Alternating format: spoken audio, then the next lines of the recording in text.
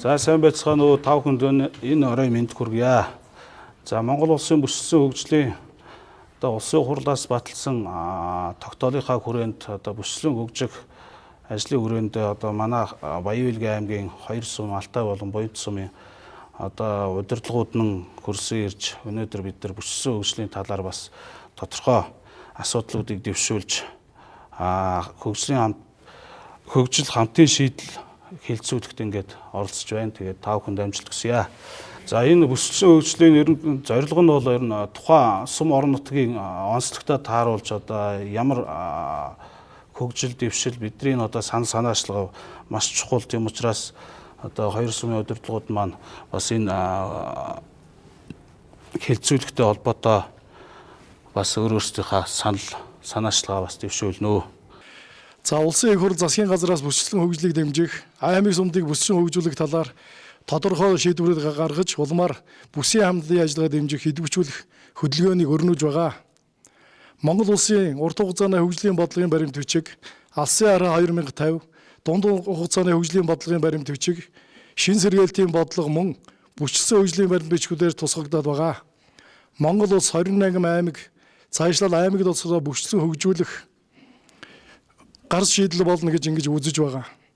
Үүнтэй уялд бол Монгол улсын их хурлын 2024 оны 64-р тогтоолоор Буянт Алтай сумыг нэг бүс болгон Буянт сумын хөгжлийн төвөөр нь ингэж тодорхойлсон байгаа. За ингээд сумынхаа дугаа товч танилцуулгыг хийх. Манай Буянт сум 1942 онд анх байгуулагдсан. За нийслэл Улаанбаатар хотоос 1750 км, аймгаас 75 км ингэ зайтай оршдог. За хүн амын хувьд бол 2862. За нийт хүн амын мамаас 40%-ийг бас 18-аас 35 насны хүүг залуучууд одоо ийм эзэлж байгаа. За сум маань 4 багтаа нийт 103,102 толгой малтай.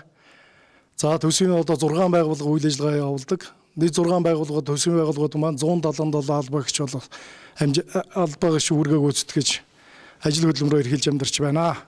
За энэ 24 онд бол одоо онцлог жил бол манай ерөнхий боловсролын сургууль бол ашиглалтанд орж үүдэнээс явдал байгаа. Энэ шин сургууль бол одоо буянчууд бидний хувьд бас хүсэл мөрөөдөл болсон ийм сайхан зүйл. За нийт сургуульд маань 436 хүүхэд амжилтаа суралцж байна. Үүндээс бол 225 нэрэгтэй, 211 нэмэгтэй сурагч амжилтаа суралцж байгаа. Сургуулийн маань үйл ажиллагаа ерөнхийдөө хос хэлний сургалттай. За 2 хүүхдийн дотор байр, 2 хичээлийн байр. За тэгээд туслах ажигуудаагаар ингэж үйл ажиллагаа явуулдаг. За мэдээж суманд маань 80 жилийн түүхэнд бол олон амжилтууд бий. За энд бол одоо бас спортын болон өөрсдийнхөө хөдөлмөрөө үнэлүүлж, хөдөлмөрийн баатар, соёл урлагийн гавьяа зүтгэлтэнгүүд, спорт урлагийн одоо ийм алдартангууд бол олноор төрөн гарсан байдаг. За мэдээж суманд маань одоо 20 гаруй аймгийн алдарт уяач, 20 гаруй одоо аймгийн цолтой бөхчүүд ингээд төрөн гарсан. За эндээс одоо тодруулж хэлэхэд бол одоо бас соёл урлагийн салбараас олон хүн бол төрөн гарсныг аль ёсоор нэр дурдах нь зөв бахаа гэж ингэж бодож байна. За энд бол ардын жүжигчин Дамчаагова, ардын жүжигчин Самжид, хөдөлмөрийн баатар Дампил, хөдөлмөрийн баатар Бата, урлагийн гавьяа жүжигчин Зүтгэлтэн иш Ёолках маань гавьяат эдийн засгч яа хүрлээ гэх мэтлэн хүмүүс бол соёлын салбараас маань ингэ төрөн гарсан төвхтэй байдаг юм аа. За спортын салбар бол үнэндээ бас манай Буянт сум бас их онцлогтой. За сур харваачлаараар ийм алдартай ийм сум бий. За ингээд энэ амжилтаар бол улсын эрхийн мэргэн Жамбал, үндэсний сурын улсын мэргэн Батхэрэл, за үндэсний улсын мэргэн Баяр сайхан, Уранхай сурын улсын мэргэн Насанбат, Эрдэнэвлэг, Мегмар, Мөнгөтөр, Бямжав, Галхүү нарын одоо ингээд олон сайхан мэрэгчүүл энэ Буянт нутгаас бол төрөн гарсан одоо бид бүхний бас бахархал болж явдаг юм аа. За байгалийн баялагын хувьд Шороо орд, Будгийн орд газрын баялагтай.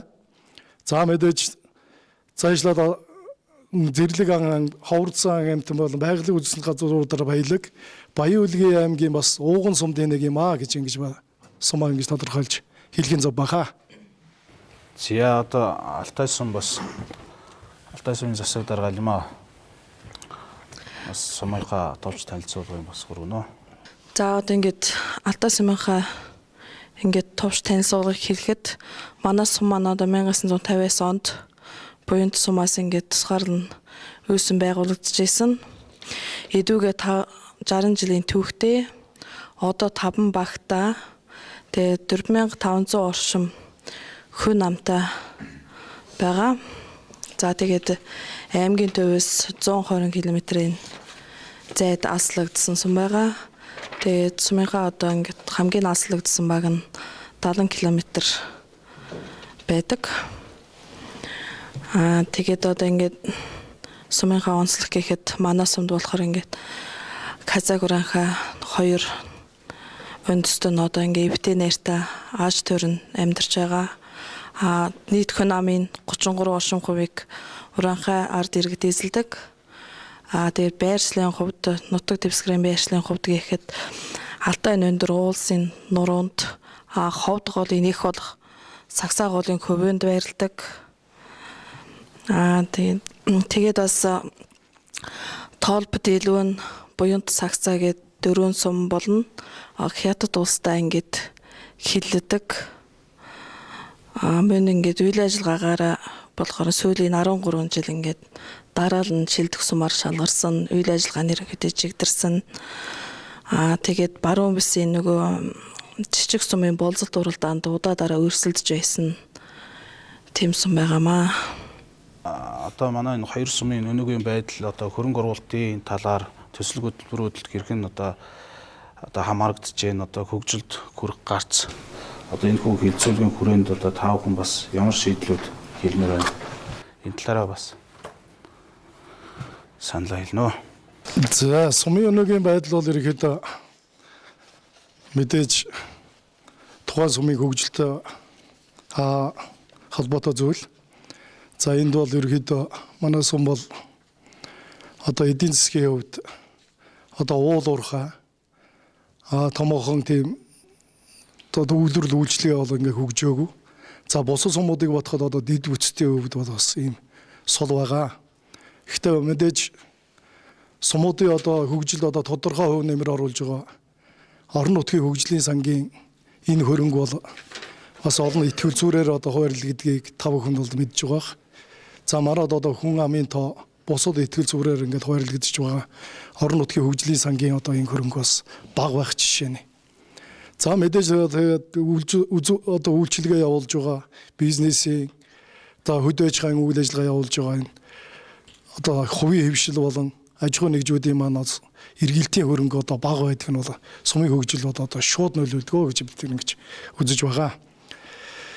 За мэдээж бас засгийн газраас шинэ хоршоо үйл ажиллагаа цагаан алт хөтөлбөр Атрын 4-р аяыг одоо орон нутгийн хөгжилд одоо дэмжлэг үзүүлж одоо зохион байгуулж байгаа нь бол их сайшаалтай байгаа.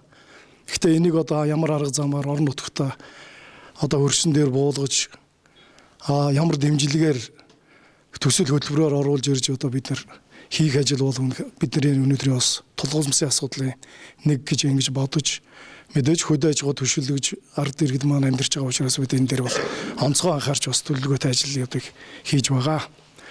За үүнээс гадна бол одоо бас аялал жуулчлалын салбарыг одоо ерөнхийдөө ашиггүй холбоотой гэж ингэж ойлгож байгаа. Аймгийн одоо хөгжлийн одоо салбарын тэргүүлэх салбар бол аялал жуулчлалын салбар байна гэж ингэж тодорхойлсон байна. За үүнтэй уялдаж мэдээж Алтай Давбанбог, Торгон, Отон нуур энэ баруун хязгаарлалуу чиглэсэн за гадаадын төдөөгүй дотоодын жуулчдын одоо цугаан бол манай аймаг руу одоо бас их олноор ирдэг нь одоо сүүлийн хэдэн жилд бол одоо та бүхэн бол бүгдээр энийг хэлбэлтгүй мэдж байгаа.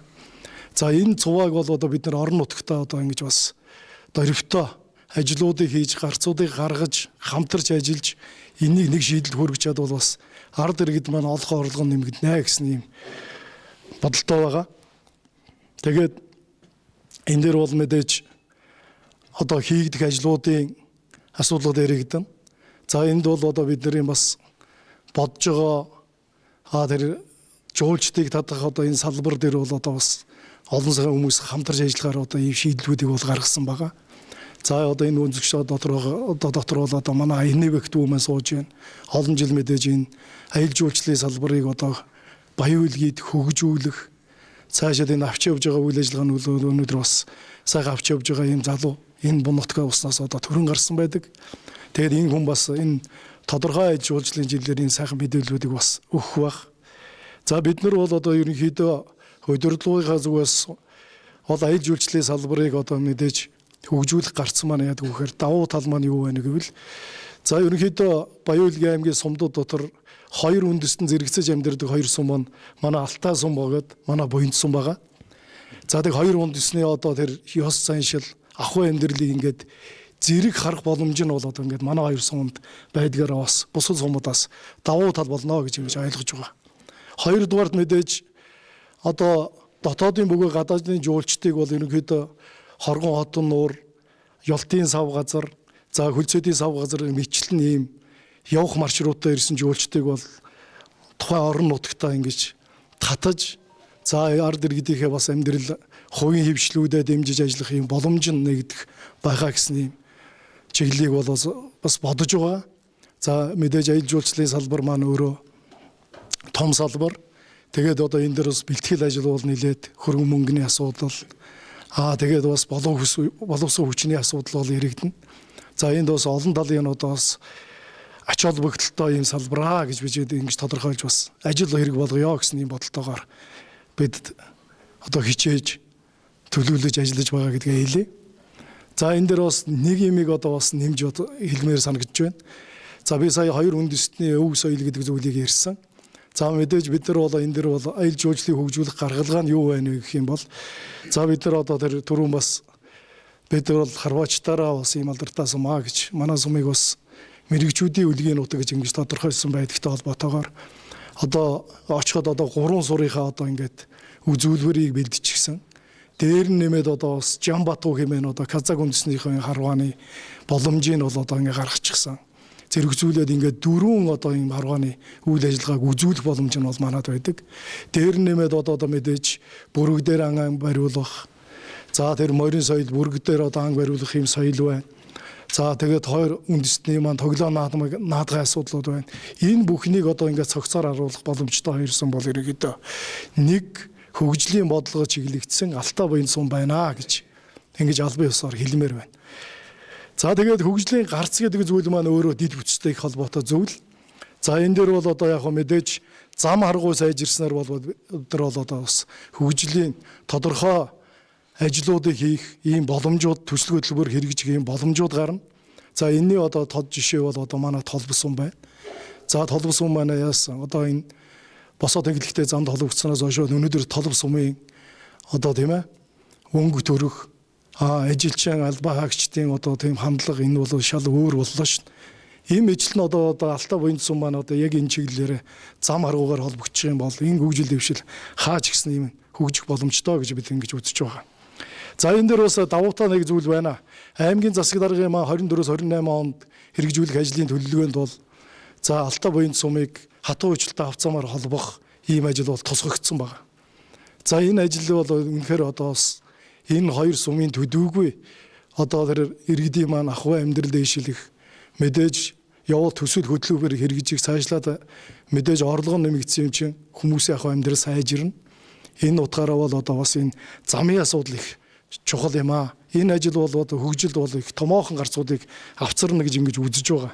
Одоо саяны аялал жуулчлалыг одоо ер нь бол баруун бүсийн хөгжлийн гол концепц нь болохоор дид үтс болон төрөлсөн эрчим хүч аялал жуулчлалынхаа одоо хүрээнд одоо байгалийн үзэсгэлэнт газруудыг төшөглөж баруун бүсийг хөгжүүлэх гол одоо зорилго тавиад ажиллаж байгаа. Энэ хүрээнд одоо манай хувийн хвшлийнх нь бас энд сууж байгаа. Тэгээ хувийн хвшлийнх нь одоо саад бэрхшээлүүд одоо аялал жуулчлалынхаа үйл ажиллагааг явуулахад одоо ямар бэрхшээлүүд гардаг талаар бас энэ үзэгчд дундаа одоо бидний одоо хувийн хвшлийнх нь бас сууж байгаа юм байна. Энэ хүмүүсээс бас нэг тодруулж асууя. Манай Алтай сумд болохоор зэрэг Монгол улсын одоо баруун хязгаарт байгаа бүрэг хүчтийн бараг 40% нь Алтай сумаас гаралтай. Тэрний нэг тод жишээ нь дэлхийн 100 одоо тод сэтгүүлийн нүүрэн дээр манай Баян Улгийн аймгийн Алтай сумын Далихааны зургийг гарсан нь энэний нэг тод одоо тодорхойлт жишээ нь байгаамаа. Нэгдүгээрт болохоор зэрэг байгалийн нөөцтэй ийм сайхан уул устай газар дээр бид нар байгальтай ямар ч хор нөлөөгүй нутгийн иргэдэд жүшгэлсэн аялал жуулчлалыг хөгжүүлэх бодлогыг улс орон болон сум орон нутгаас дэмжвэл сайхан гэж бодож байна. Бид нарт бол бэрхшээл байлгүй яах вэ? Нэгдүгээрт тусгай хамгаалтын газар нутаг болон хөлийн бүс нутгаар аялал жуулчлал хөгжүүлэхэд ялангуяа Алтай сумын хувьд компаниудыг дэмжихэд бодлогын хүрээнд шин санаачлал оруулбал зөв гэж бодож байна. Жишээлбэл Алтай сумын ёлтын сав газар дээр жуулчны отго байхгүй. Ятгахтаа нэг нойл барих жишээ юм уу? Тэгээд жуулчдыг хүлээж авах бааз барихад эднэрт бол зөвшөөрөх авахд маш хэцүү байгаа. Зөвшөөрөл олгохдаггүй. Тийм учраас энэ хуулинд өөрчлөлт ороосоо гэж бодож байгаа. Манай Одгорл дарга маань бас онцлог хэлж байна. Хүний нөөцийн асуудал бас манайд хомс. Хөдөөний хүүхдүүд, ялангуяа малчтын хүүхдүүд бүгдээрээ их сургууль төгсдөг, сурдаг, англи хэлний мэргэжилтэд болж ирнэ. Даанч хөчж олдохгүй.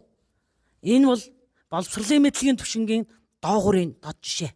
Тийм учраас бид нар боловсон хөшнөө бас давхар бэлтгэх нь зөв. Хоёрдугаар нэг том асуудал бол хогны менежмент асуудал байгаа. Жишээлбэл орон нутгийн амрагчд болон ялангуяа тийм ээ нутгийн иргэд өөрийнхөө хувь хүний хөгжлийг хөгжүүлж боловсрч хогны менежментийг хэн болгон өөрөө хогоо авч явж тийм ээ тэр байгаа цэгтэр наваачаад хайж тэр сумдаа Баян Улгийн аймаг тэр одоо тэр хогны асуудлыг бид нар алтайгаас тэрвэрлж ирэхгүй шүү дээ. Жижигхэн хогны сээгүүдийг дахин боловсруулах тийм үйлдвэрүүдийг барьвал энэ ч бас болно гэж бодож байна.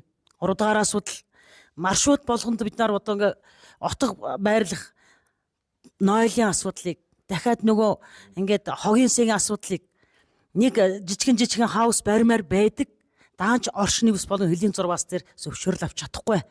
Энэ дээр л одоо бас сум орон нутаг болон энэ төрийн бус байгууллагууд болон хувийн хвшилтэд хамтран ажиллах төрийн байгууллагууд маань энийг дэмжиж өгөөсэй гэж бодож байна. Уламжлах нь зөв. Тэ.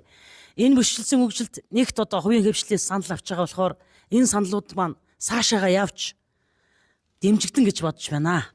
За аялал жуулчлалыг хөгжүүлэхэд мэдээж төрийн байгууллага тэгээд хувийн хвшил хамтарч ажиллах ёстой. Нэгдүгээрт сая нөгөө одоо хуулиндаа жоохон өөрчлөлт орох ёстой гэсэн энэ саналыг маань одоо та бүхэн төрийн байгууллагын цаашаага улсын хурлд уламжлаад өгөрөө. Одоо ядаж одоо хөлийн бус тусгай хамгаалтай газар ядаж зөвшөөрөлтөө одоо аялал жуулчлалын отго барих одоо цаашлаад бааз барих асуудлыг хуулийн дагуу шийдэж өгөх ёстой. Тэгжиж ер нь аялал жуулчлал маань хөгжинэ. Хоёрдугаарт янз бүрийн ивент арга хэмжээнүүд одоо манай хоёр сум ивент арга хэмжээнүүд ивент болгож оруулах ёстой. Календарчлалд оруулах ёстой гэсэн үг л дээ. Нэгэсэндээ одоо говьд жишээ нь Тэмээний баяр гэж байна, Хөвсгөлд мөсний баяр гэж байна тийм ээ. Тэрэн шиг манай хоёр сум нийлээд эсвэл тусдаа нэг юм уу хоёр ивент оруулах ёстой. Энэ Буянт сумын хувьд энэ ивентүүд маань саяны Одгорл даргын ярьснаар хоёр үндэстний одоо онцлог сум саяны нөгөө одоо Сур Харва тэгээ Бүргэдийн баяр эднэрийг ингээд хослуулад нэг ивент болгож оруулж болно. Жишээлбэл тэрэн дээр бол манай хувийн хвшлийнх нь хамтарч ажиллах бэлэн байна. Гуравдугаар ярих зүйл сурчлагын асуудал. Одоо энэ хоёр сумынхаа боломжуудыг бид нар дэлхийд сурчлах ёстой. Сурчлахад бас зөх хэмжээний хөрөнгө мөнгө бас шаардлагдан. Энийг бас одоо улсаас зөх хэмжээний одоо дэмжлэг улсаас үзүүлэх ёстой гэсэн ийм саналтай байна. Баян Улгийн аймагт нийслэлийн асуудал маш хүнд байгаа. Жуулчдыг бид нар орон нутгад татахын төлөө нийслэг бол нэмэгдэх ёстой. 7 хоногт ятгахтаа 5 юм уу 6 өдөр нийслэгтэй байх ёстой. 103 сар тийм ээ. Энэ чинь одоо жуулчны сезоны асуудал байгаа. Тэгээд хоёр дараагийн асуудал бол замын асуудлууд байгаа. Жишээлбэл Алтай Буянт Бартаад уулархаг тэр одоо бас тийм одоо мартаа замтаа байх болохоор ятгахтаа сум орон нутгийг одоо засмал замтаар холбож ингээд одоо бас холбож өгвөл аял жуулчлалыг хөгжүүлэх бас нэг хөшүүрэг болно гэж бодож байна. Энэ нислэгийн асуудлыг бас одоо тэгээд улс даяар ярих хэрэгтэй. Зөвхөн энэ хоёр компани асуудал биш. Энд чинь одоо тэгээд бүр баруун бүсийн асуудал болж байгаа. Бид 103 сард бол Говьолтай аймгаас хүнээ авч Говьолтай аймгийн тэр одоо онгоцны буудлаар хүнийг хүргэж шүү. Энэ бол том бэрхшээл байгаа нэг тийм ээ. Тэ. Ийм асуудлуудыг бас цаашаага дэмжиж өгөөрэй гэд одоо бүсчилцийн хөгжилд бол санал болгож оруулж байна. Сумын засаг даргын үйл ажиллагааны 4 жил хийх үйл ажиллагааны хөтөлбөр гэж боловсруулагддаг. За одоо миний одоо 4 жил хийх үйл ажиллагааны хөтөлбөр маань 6 бүлэг 25 дэд бүлэг 149 арга хэмжээтэйгээр боловсруулагдсан байгаа. За энэ бол одоо засгийн газрын үйл ажиллагааны хөтөлбөр, аймгийн засаг даргын үйл ажиллагааны хөтөлбөртэй уялдуулан гарсан ийм хөтөлбөр байдаг. За энэ сая одоо яг энэ дээр бол аялал жуулчлалын салбар дээр бол одоо сая миний ярьсан тодотголтой аялал жуулчлалын маршрутыг гаргая гэсэн суман дээр ийм ажлыг бол одоо хийхээр бол төлөвлөсөн. Өнөөдөр энэ одоо бас энэ нэвтрүүлэгт хөндөж байгаа аялал жуулчлалын салбартаа нээлттэй уялдаа холбоотой учраас бас боломж гарч байгаа болов уу гэж ингэж харж байна. За тэгээд цаашлаад Алтай суманд байна одоо шар хамар хэмээн ийм газар байдаг.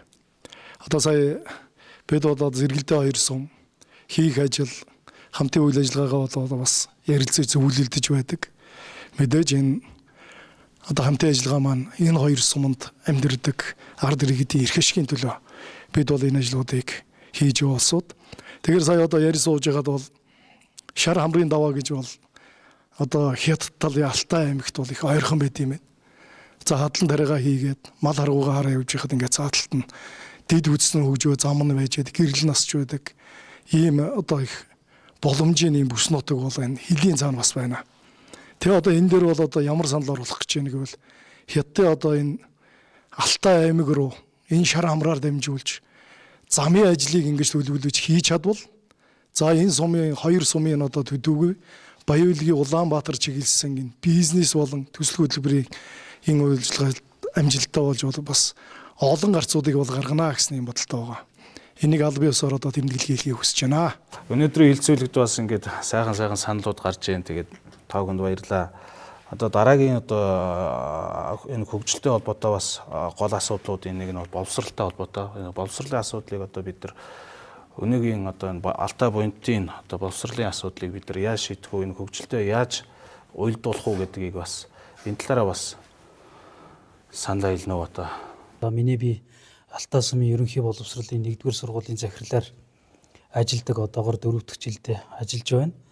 За энэ бүс нутгийн хэмжээнд боловсролын салбарыг ярихад одоо сүүлийн 4-8 жилийн хугацаанд бол нэлээд их боловсролын салбарт ажиллаж байгаа ажилчид, албан хаагчид, багш нарыг дэмжсэн дөрвөтэй шийдвэрүүд ихээхэн гарсан. За тэдгээрийн дотроос одоо тодотгож ярих юм бол сүүлийн үед одоо үдийн цай хөтөлбөр хэрэгжижсэн бол энэ маань үдийн хоол болж өргөжсөн. За энэ үдийн хоол маань эхний ээлжинд нэг хүүхдэд ноогдох мөнгөн санхүү бол 1500 байсан бол одоо энэ 2025 оны 1-р сарын 1-ээс 2500 болж нэмэгдлээ. За дотор байрны хүүхдийн хоол маань 4300 байсан бол 6300 болж ингэж 2000-аар нэмэгдэж байгаа. Энэ бол одоо ард иргэд хөдөө орон нутгийн хүүхдүүд маань дотор байрандаа ая тухтаа сайхан амьдрах нөхцөл боломжийг бас бүрдүүлж байна. За тэгээд боловсролын салбарт ажиллаж байгаа багш нарт маань хичээл үйлдвэрлэлийн дадлагын мөнгө, эрүүл мэндийг дэмжих зардал, багшийн хөгжлийг дэмжих зардал, за мэдээлэл технологиг дэмжих зардал гэдэг ингээд маш олон зардлууд нэмэгдэж байгаа. Энэ бол одоо тухайн багш маань үндсэн цалингаа авахаас гадна дээр нь бас одоо ингээд нэмэлт орлого болж орж ирж байгаа. За тэгээд одоо аслагдсан бүс нутагт ажиллаж байгаа багш нарт бол 6 сарын цалинтай дэмжих 5 жилийн тэтгэмж гэж олгодог байсан бол сүүлийн үед энэ маань одоо 3 жилийн тэтгэмж болж өөрчлөгдсөн. За ингэснээр бас 3 жилийн тутамд 6 сарын үндсэн цалинтай дэмжих хэмжээний 1 удаагийн тэтгэмж авснаар бас багш ажилчдад маань тодорхой үр өгдөг байгаа. За ингэснээр бас одоо аслагдсан бүс нутагт одоо боловсролын салбарт ажиллах боловсон хүчин ажилчид ялангуяа одоо залуу хүмүүс маань ингээд амьдрахад одоо таатай орчин бүрэлдэж байна гэж одоо миний хувьд үздэг. За тэгээд одоо цаашдаа бол ингээд ярихад аслагдсан бүс нутаг ялангуяа энэ сумдын багш ажилчдын дунд бол одоо орон сууцны асуудал бас байгаа. Тийм учраас явандаа бол төр засгаас аймгаас сум орон нутгаас одоо дэмжиж бас сум орон нутагта ажиллаж амьдарч байгаа залуучуудаа дэмжлэг үзүүлж хөнгөлөлтөө орон сууцаар ингэж хангах тал дээр анхаарч ажилласаа гэж бас миний хувьд бодож явдаг. За тэгээд одоо энэ сүүлийн үед сум орон нутгт дээр одоо энэ мэдээлэл технологийн салбар илүү их давамгаалж хөгжиж байна. Нэгэсэндээ одоо англи хэлний хичээл, персон, математикийн хичээл, эдвүтэй ингээд хүүхдийг одоо цахим онлайн шилжүүлсэн сургалт илүү их хөгжиж байгаа.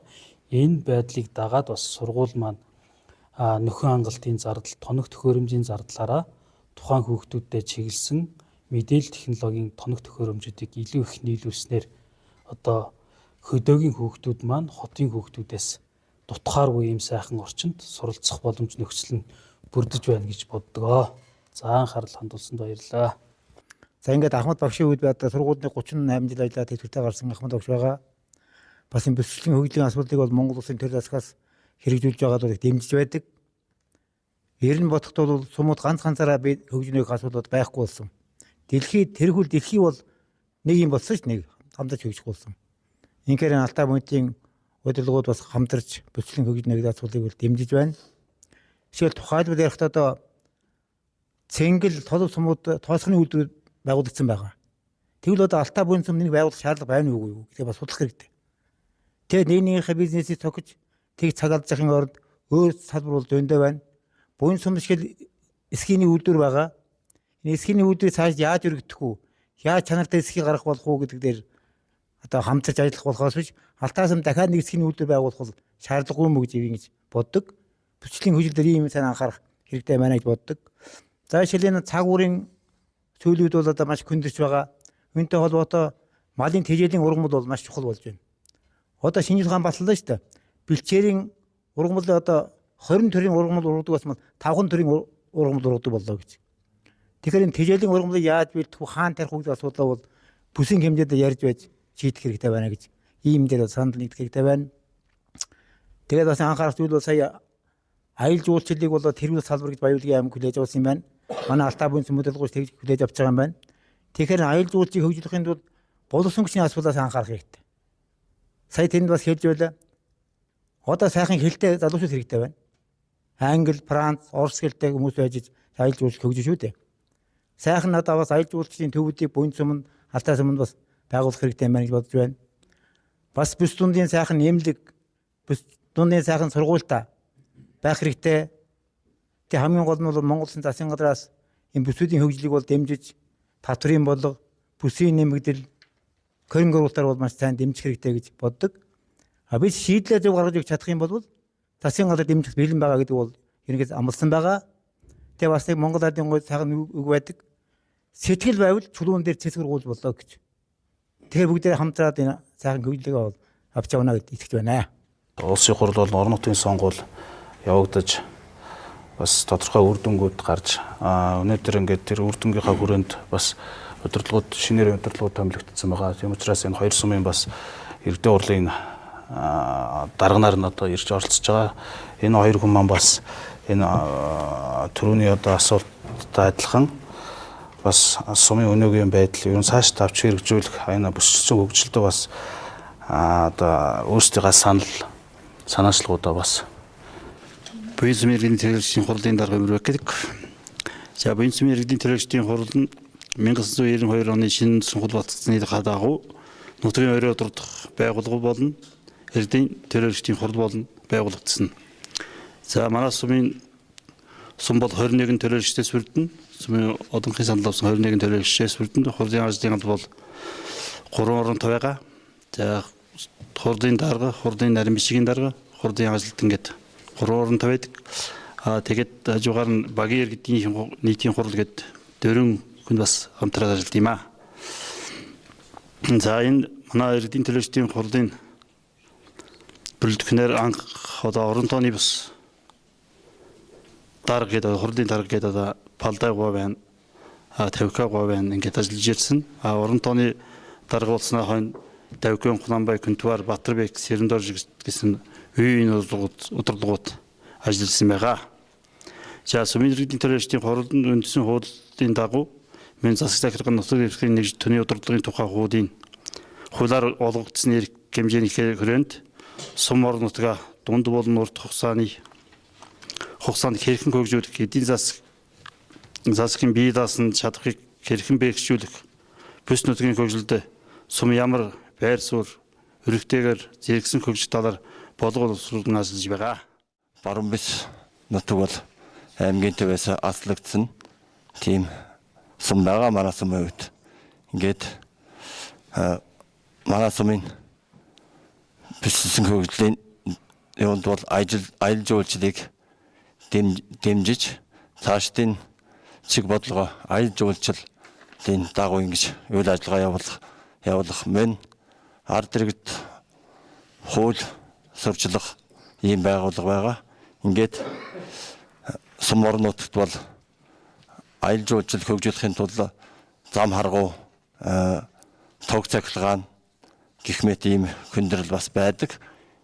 Тийм учраас ингээд аялал жуулчлалыг хөгжүүлэхэд сум орон нутгийн зүгээс ингээд тусал дэмжиж боломжийг бүрдүүлж ажиллана. Ингээд сум орон нутгийн хөгжлийн сангаар бол ингээд Күнамын тоонд 2-3 сая төгрөг байрлагддаг. Энэ жил тэрийг хуваарлаж баталсан байгаа. Мөн аймгийн орон нутгийн хөгжлийн сангаас тэрмүү гаруй төгрөгийн хуваарлалт өгсөн.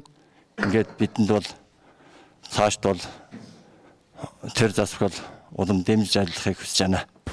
За баярлалаа. Тэгээд бүс орон нутгийнхаа одоо хөгжилд бид нар залуучуудын хувь нэмэр, залуучуудыг бас тухайн орон нутгтаа бас амьдруулах, ажилуулах тал дээр бас тодорхой саналууд бас гарах хэрэгтэй байх. Энэний талаар бас энэ Алтай сумын орлогч дарга Адалбек бас өөрийнхөө байр суурь илэрхийлнэ. Залуу хүний хувьд сум орон нутгад залуучуудын толгомцсон асуудал болон гарц шийдлийн талаар хэд хэдэн зүйлийг ярих гэж бодож байна. Сум өдөрж байгаа залуу хүний хувьд бол 5 багийн дотор ард иргэдтэй уулзж явхад өнөхөр 20-45 насны залуучууд бол ер нь бол хөдөө орон нутгад маш хомс байна. Бараг ирээдүйд залуу малчингүй үлдэх тийм эрсдэл үүсэж байгаа гэж би харж байгаа. Тийм учраас ялангуяа залуу малчтыг бодлогоор төрөөс дэмжих, бүсчсэн хөгжилд тусгах, саяны аялал жуулчлалын салбарыг бол тэргүүн салбар болгож хөргөжүүлж байгаад малчтын хүүхдүүдийг бол аялал жуулчлалын салбарт өнгийн сурах гэх мэт олон гарц гаргалгаануудыг хийх нь бол чухал гэж би залуу хүний хувьд харж байгаа. Тэгээд бол яагаад залуучууд бол хот газрыг бараадж байна гэвэл нэгдүгээр сум орон нутгад ажлын байр байхгүй асуудлууд тулгарч байна. Тийм учраас энэ дэр бол баруун бүсийн Алтай бие сумын удирдлагууд ингээд хамтын шийдэл хүрч энэ дэр ямар гарц гаргалгаанууд байдаг. Энэ тал дээр бол тодорхой дөрвтэй ажлуудыг хийж хамтын шийдэл хүрэх нь зүйтэй гэж бодож байна. Мөн бас энэ жил сая ярьлаа аймгийн төлөөлөгчийн хувьд бол уйлгийн цагсаа буян талтай чиглэлийн засмал завлын эхлэлийг бол тавьсан бас маш чухал асуудал болсон. Энэ жил бол 350 сая төгрөгөөр энэ зам засварын ажлыг зураг төсвийн хийлэхээр хөрөнгө шийдэгдээд эхлэн тавигдаад энэ жил бол нээлттэй тендер шалгаруулахаар явж байгаа юм байна. Зам дагж хөгжил гэдэг энэхүү замын асуудлаас болж маш олон өндөрлөд байдаг сум орон нутагт. Ялангуяа Алтай ивент сум бол үнэхээр төвөөс аслагдсан батат сум учраас аялал жуулчлалыг илүү их төлхөө татахад бас ингээд давуу тал болно гэж ярьж байгаа. Мөн Алтай сумаас цааш 50 км-ийн зайд байрлах Шаргамрын тэр уулнаас цаашаа хятадын Алтай хот бол нэг 20 км-ийн орчимд зам сахилгаан нэрчгсэн засмалан тавигдчихсан баг ингээд хөгжил яг хаяанд байхад бид нэр бол Алтай сум буянт сум бол хөгжлөөр бомтын асуудлыг бол тэрүүнд ярьж ярих нь чухал гэж бас залуу хүний хувьд бодож байна. Тэгээд бас энэ талаар бас олон жилийн өмнөөс өсөлтүүдийг хурын гишүүд Монгол Улсын ерөнхийлөгчд хүртэл хандаж тавьж байсан байна лээ. Нутгийн ард иргэд энийг бас зангилааг нь тайлж дараа нь бас шийдвэрт хүрнэ гэдэгт бол итгэлтэй байна. За баярлалаа.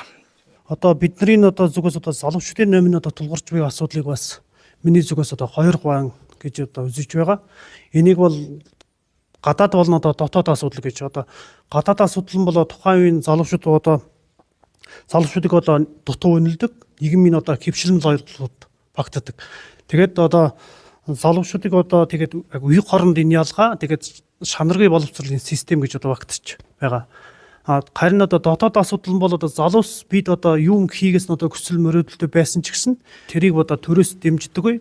Бид нар өлөө бас шийдвэр гаргах боломжийг нөхцөл байдал тулгарч байдаг. Тэгээд ямар нэгэн шийдвэр гаргахад бас тийм бусдын нөлөөнд давтдаг зүйлсүүд тохиолддог байгаа. Тиймээс бид нар тийм эдгээр асуудлыг шийдэхдээ өөрийн гар бие оролцсон шийдвэрлэх нь зүйтэй гэдэг бодож байгаа.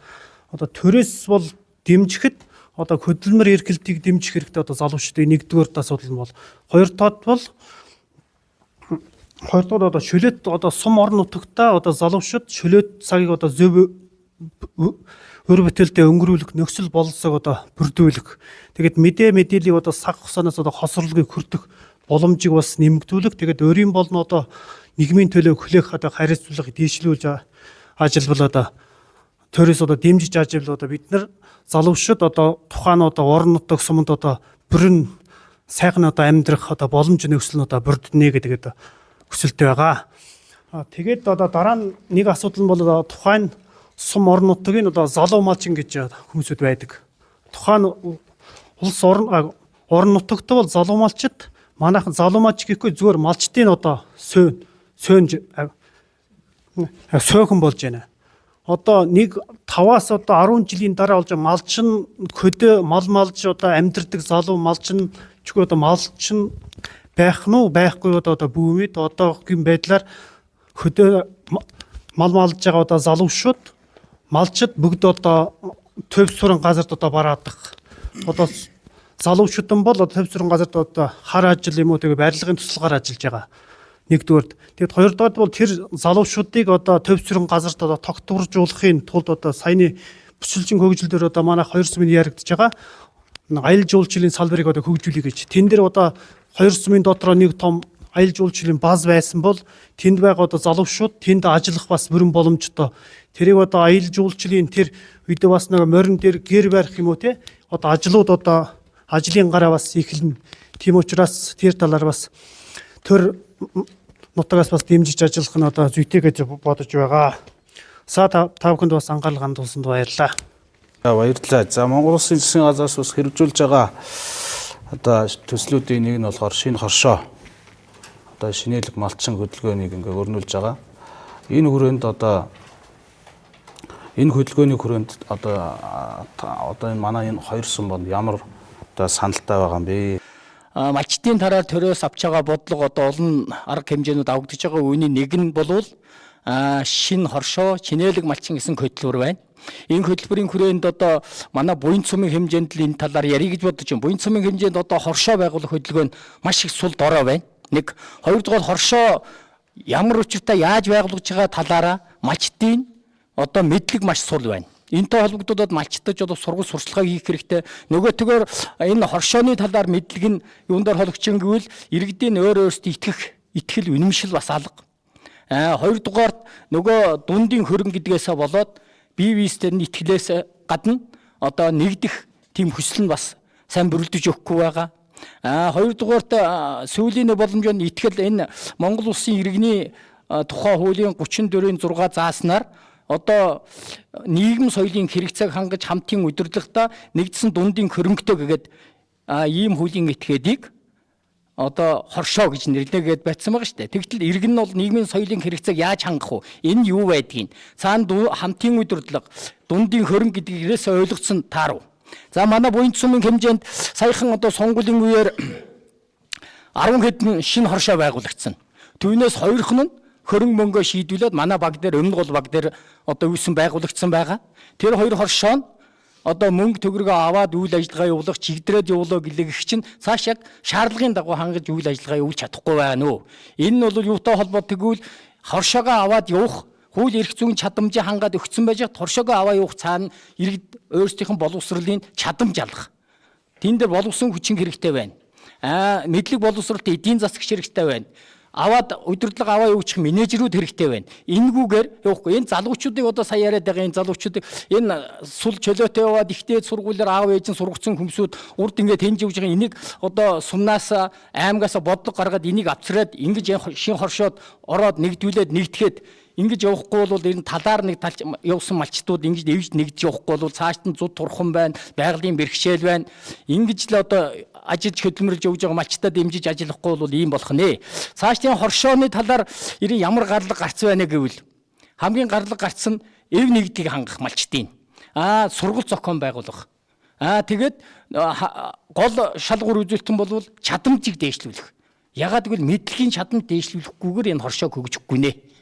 Ийм л одоо бодлыг би малчин хүний хувьд хэлье.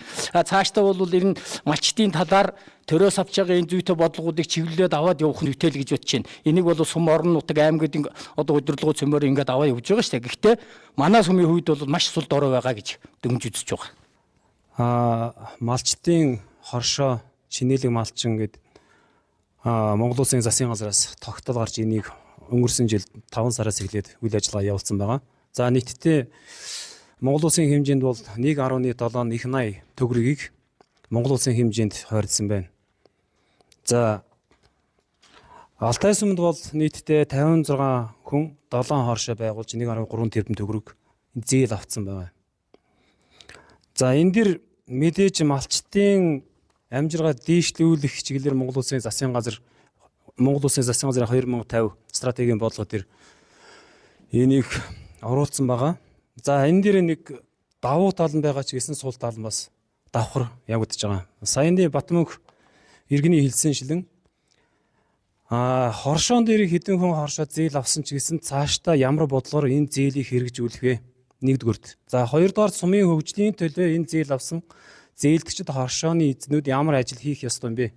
Гэдэгтэр маш хатуу байр суурьтай байж анхаарахгүй бол энэ одоо маш сул иргэдийн малчтын мэдлэг боловсрол дутмаг байгаа. Яагаад гэвэл энэ тал дээр ялангуяа залуучууд заавал залуучууд гэх юм биш. Иргэдийн малчтын дундаа соён гэгэрүүлэх ажлыг маш чухал сайн явуулахгүй бол болохгүй нэ. Яагаад гэвэл одоо нэг жишээ хэлье л дээ. Сумын хэмжээнд одоо төрийн үйл ажиллагаа явуулж байгаа сургууль цэцэрлэгүүд бол дотор байрны хүүхдийн хэрэглэх хүнсний махыг нийлүүлдэг. За одоо нотон жилээс билүү засгийн газрын нэг юу гарсан байлээ, шийдвэр гарсан байлээ. За энэ сургууль цэцэрлэгийн хүнсний махыг хэн болгоноос авахыг бараг шахуу хариуцлага заалтан дээр явцсан байна. За энийг яах вэ гэхээр тухайн суманд бол мал найдлагын жигэн бойн байх ёстой. За тэрэн дээрээ бойн дээр иргэд нь малчт нь малаа нядлуулна. Тэрийг нядлуулсан малыг чинь улсын байцаагчид тэрийг шууд аль биеснээ тамгаажуулаад батлаажуулаад тэрийг чинь тухайн үйл ажиллагаа явуулж байгаа төрийн байгууллагад худалдаж авах юм чиглэлтэй байгаа юм байлээ. За энийг бол манай малчд бол яг одоохонд бол ямар ч нэг мэдлэг байхгүй байгаа. Тийм учраас нэгдүгээр соён гэгэрүүлэх ажлыг бид нар тухайн сумын аймгийн удирдлагууд энийг хэрэгжүүлэх ёстой гэж боддог. За дараа нь энэ орон нутгийн хөгжлийн сан улсын төсөө зөндөө олон сумын бүсчилсэн хөгжлийн дараа зөндөө олон жил хөрөнгө оруулалт санхүүжилт хийгдсэн байгаа. За одоо жишээ зүгээр хэлгээд 2013 онд анх удаа орон нутгийн хөгжлийн сангийн хөрөнгийг Монгол Улсын засгийн газар хэрэгжүүлсэн эхэлсэн бол одоо 12 13 дахь жилдээ явж байгаа. За энд багада нэг сумыг зүгээр 250 сая төгрөгөөр дундаж бодоход нэг сумд 3.3-аас 3.5 тэрбум төгрөгийн хөрөнгө оруулалт хийсэн гэсэн үг байхгүй юу? За энийг чинь одоо бид нар яах ёстой? Тухайн сумын иргэдэн өөрсдөө энэ Монгол Улсын засгийн газраас өгч орон нутгийн хөгжлийн сангийн хөрөнгийг зөв зохицуулах, тэрийг хэрэглэх, боловсруулах, дараа нь тэрийг чинь хамтын шийдэл болгох, иргэдийн даа утгатай орчинд бий болгох, тухайн сумын хөгжил дээр наалтцсан юм хийж байна уу гэдгийг дээр анхаарах хэрэгтэй байна. Нэгдүгээр. За хоёрдугаар тэрний хяналт шалгалт иргэдийн маш сайн байх ёстой. Гэх нэг санал байна. За орон нутгийг одоо сум орон нутагт бизнес эрхлэхэд одоо ямар бэрхшээлүүд гардаг талаар бас хувийн хвшлийнх нь бас сууж байгаа. Манай хувийн хвшлийнх нь бас саналудаа бас хэлнэ. За хөдөө орон нутагт одоо хувийн хвшлийнхэнд хүндрдэг тулгуур бэрхшээлүүд олон байдаг. Жишээ нь одоо сая ярьж байна л да, дарга нар бөсчилсөн хөгжил дээд бүтцгээд одоо бөсчилсөн хөгжил дээд бүтц хэрэгжүүлснээр одоо энэ хөдөө орон нутагт ажиллаж байгаа хувийн хвшлийнх нь бас та нэг боломж гарч ирж байгаа шиг байна гэж харж байна би. Тэгээд одоо хувийн хвшлийнхний хувьд бол банкны зээлийн өндөр, хугацаа бага, шалгуур үзүүлэлт хэтэрхий өндөр байдгаас аливаа нэг зээл тусламжийн тэртэн хамрагдах боломж маш хомс байдаг. Тэгээд цаашдаа бол энэ бүсчилсэн хөгжлийн хүрээнд бол малчтынхаа гар дээр үнгүүдэж байгаа түүхээдэг боловсруулах жижиг цэхүүдийг одоо энэ бүс нутагта байгуулж хөгжүүлэх хэрэгтэй. Ингэснээр манай малчтын орлого нэмэгдэж сум орны хөгжилтөж бас хувь нэмэртэй болов гэж ингэж харж байгаа. За энэ орон нутагт бизнес эрхлэгчдэд ямар хүндрэл бэрхшээл байна нэг асуулт байна. За энд бол мэдээж тухайн орны хөгжил хоёр юм дээр толгуурлаж цаашаа явдаг. Нэгдүгээрт бол зам, хоёр талд эрчим хүч байдаг. За одоо сумын зөвхөн бүсчилсэн хөгжлийн хүрээнд ярихад Алтай буйнд сум гэдэг одоо баруун бүс гэд хамтын шийдлийн гаргаад ингээд явж байгаа л да. Гэхдээ энэ бол хамгийн бизнес эрхлэгчдийн бэрхшээл нэвхэр чинь саяны замын асуудал, хоёр дахь эрчим хүчний асуудал байдаг. Одоо Алтай сум чинь аймгийн төвөөс 120 км, Монгол Улсын нийслэл Улаанбаатар хотоос 1950 км алслагдсан сум л да. Алтай буйнд хоёр чинь. Тэгэхээр одоо энэ дэр яг л бизнес эрхлэгчд бол Баян Улгийн аймагаас эсвэл тэр Улаанбаатар хотоос бараа татхад тээврийн хөлсөн амар их гарч байгаа байхгүй. За энэ чинь саяны хэлсэн замын асуудалтай холбоотой. Шорон замаар, Бартаа замаар явсан тээвэр чинь нэг тон дээр 70 мянга авах юм бол засмал замаар явах юм бол тэр чинь 65 ч юм уу 50 ч юм уу дороо бууж ирдэг байхгүй юу. Тийм учраас энэ бүсийн хөгжилд бол мэдээж бизнес эрхлэгчд бол бэрхшээлийн нэг нь бол замын асуудал, хоёр талд эрчим хүчний асуудал байдаг. За энийг бол турист бодлого болгож дэмжиж байгаа. Гэхдээ энийг бүсчилсэн хөгжил дээрээ түшиглээд өөр гар шийдлийг авч хэлцэх юм бол алслагдсан сумуудад байгаа, багуудад байгаа бизнес эрхлэгчдийг бас цаашдаа хөгжих тал дээр нь цог шийдэл болгож ойлгодог. Энэ бүсчилсэн хөгжилтэй холбоотой ер нь бол хөгжлийн бас нэг хэлбэр нь одоо тухайн орон нутаг, аймаг сум орон нутгийнх нь татварын асуудал байдаг. Энэ татварын ялгаатай хөдөө сумын одоо татварын ялгаатай байдал нь одоо бүсчилсэн хөгжилтэй хэрхэн нөлөөлөх энэ талаараа бас холбогдох хүмүүсүүд нь бас ингээд татварынхаа талаар ингээд өөрсдийнхөө саналаа бас төвшүүлнэ. Бүсчилсэн хөгжилтэй холбоотой одоо аж ахуй нэгж болон төрийн байгууллага хоршоонуудын тайлан жилд 4 удаа авдаг байсан бол одоо жилд 1 удаа авдаг болгож одоо хуулийн дээр тусгасан байгаа. Энэ бол бүсчилсэн хөгжилтэй бол сая татвар төлөгч болон аж ахуй нэгжүүдийн дэг бол аш тусдаа сайшаалтай тал бий. За дээр нь одоо өмнө малын тоо толгойн албан татварын одоо гарсан байгаа. Энэ бол малш болгон дээр жил болгон 1 удаа тайлан авдаг байсан бол энэ малшин хүнээс жилд 1 удаа тайлангийг одоо авахаа болсон байна. Одоо бүсчилсэн хөгжилтэй холбоотой энэ алс 1000 км-с дээш одоо сая хувь хэмжээ багасгасан татварын бодлого бол хэрэгжиж эхэлсэнтэй эхэлсэн байна. Цаашдаа ч гэсэн нэмэгдсэн өртөгийн албан татврын босго одоо 50 сая байна. Энийг бол ард иргэд болон татвар төлөгч бол 4 сая юм уу 500 сая болох саналаа хэлж байна. За дээр нь одоо аж ахуй эрхлэгч хуваараа бизнес эрхлэгч нэрийн бас татварыг энэ бичлэгний хөгжилтэй холбоотой өмнө 10% авдаг байсан бол одоо 1% болгож тусгасан байгаа. Энэ бас татврын уян хатан зөв бодлого бичлэгний хөгжилтэй зарим хувь бол хэрэгжсэнтэй хэрэгжсэн байна. Цаашдаа ч гэсэн бас одоо сайны одоо нийтийн босгыг одоо 500 мө 400 сая юм уу 500 сая төгрөг болох хэрэгтэй байна. Дээр нь бас татврын хувь хэмжээ болон татврын төрөлийг ялангуяа ард иргэдийн нуруунд дээр татврын төрөлийг нэмэхгүй байх зарчмыг баримтлах нь зүйтэй байх гэж бодож байна. За ер нь бол бүсэлсэн хөгжлийн талаар бас хөгжил хамтын шийдлийг хүрээнд бас хилцүүлгээ бид нар бас хийгээд ингээ хилцүүлээд хоорондоо ярилцаад бас саналаа дэвшүүлээд ингээл дуслаа. Тэгээд одоо ер нь бол энэ ажлын хүрээнд одоо миний ойлгосон одоо бид тав хүний одоо хийж байгаа юм бол ер нь бол зам дагаад хөгжил гэдгээр одоо эхлээд бид нар замаа барих хэрэгтэй юм байна. За тэгэхээр замаа бариад цаашаага бид нар саяны түрүүний ярьсан Алтай бинт сумын нутгаар дайраа өнгөрдөг одоо Алтай сумын 3 дугаар багийн нутаг дэвсгэр Шаргамар гэмэх газрыг бас бомтын асуудлыг бид нар шийдвэрлэх хэрэгтэй юм байна. Энэ бомтын асуудал шийдэггээд замын асуудал шийдэгдснээр аялал жуулчлал маань хөгжих юм байна. Энэ аялал жуулчлал хөгжснээр улсын хөгжилд бас шууд нөлөөлөх ийм л боломжтой байна гэж одоо миний нэг товчхон дүгнэхэд ийм дүгнэлтэнд хүрч байна.